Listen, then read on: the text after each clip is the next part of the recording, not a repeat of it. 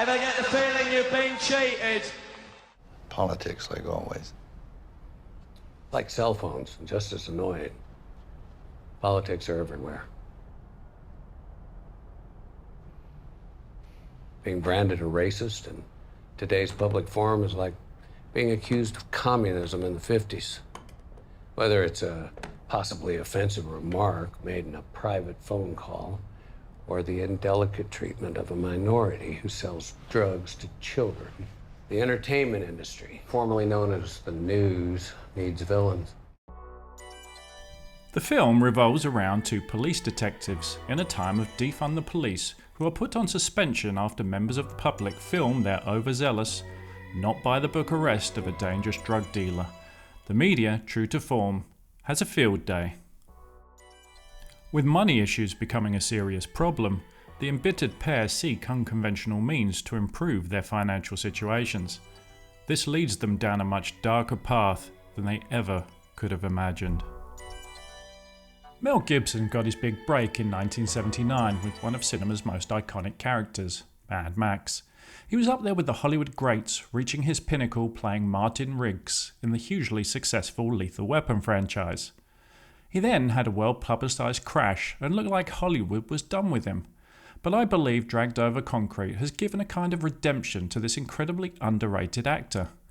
There was always more to Mel than the leading man good looks, and he proves it here. Vince Vaughn is Gibson's buddy cop partner, and more than holds his own here. We should also mention Tori Kittles, who plays an ex-con coming from the other side of the law, and after years in prison he finds his family living in squalor. Do not underestimate this character.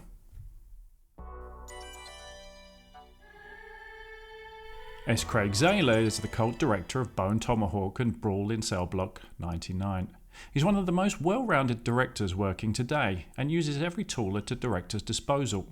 His use of lighting, colour palettes, and the importance of shadow creates strong atmospheres, expressive tones with innovative visual elements. He previously worked as a cinematographer. This may be the reason the cinematography is so on point in this movie.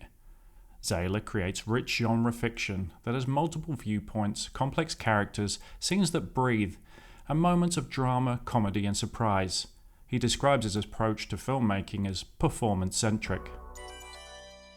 Director Zahler wrote all the music for the movie with his longtime collaborator Jeff Herriott, and even performed one of them. Zahler uses non-intrusive music. It's not a manipulator of emotions, more a background radio station set to the channel of the characters' lives. There is a fine line in this film between order and chaos, light and dark, with all the main characters trying to balance that precarious line, not always successfully, between good and evil. There is a larger sense of American communities and how they do and don't coexist in this modern concrete landscape. Zahler puts his protagonists in perilous circumstances against which they struggle in different and surprising and refreshingly logical ways. This is a character study in what happens when men reconsider their moral codes. None of us are completely good or bad. We are human beings who do both commendable and dubious things. What are any of us capable of to protect and provide for our families? No less conflicted is Henry John's character. Recently released from prison, he discovers that his mother has returned to prostitution, which she practices in the house where his disabled brother lives. Disgusted with this situation, the newly freed ex-convict returns to the underworld that sent him to jail, just to earn some quick cash. Zahler creates his own universe. It's what could be described as a slow burner, but an intense burner. He expertly gives us a sense of a world that exists beyond the events shown in this movie. There is a breakdown of the patriarchy here. Old straight white guys finding it hard to navigate in a world of social media, unconscious bias, microaggressions and safe spaces.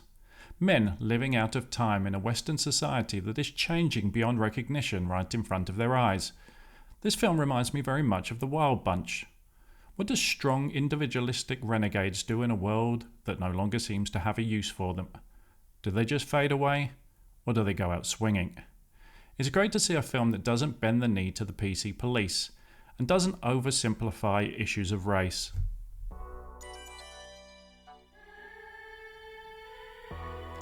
Zayler has been described by his critics as a conservative or populist, but when asked about his views on politics, Zayler simply stated, "My philosophy has always been art over politics." Gibson seems to have conservative beliefs, and Vaughan describes himself as a libertarian.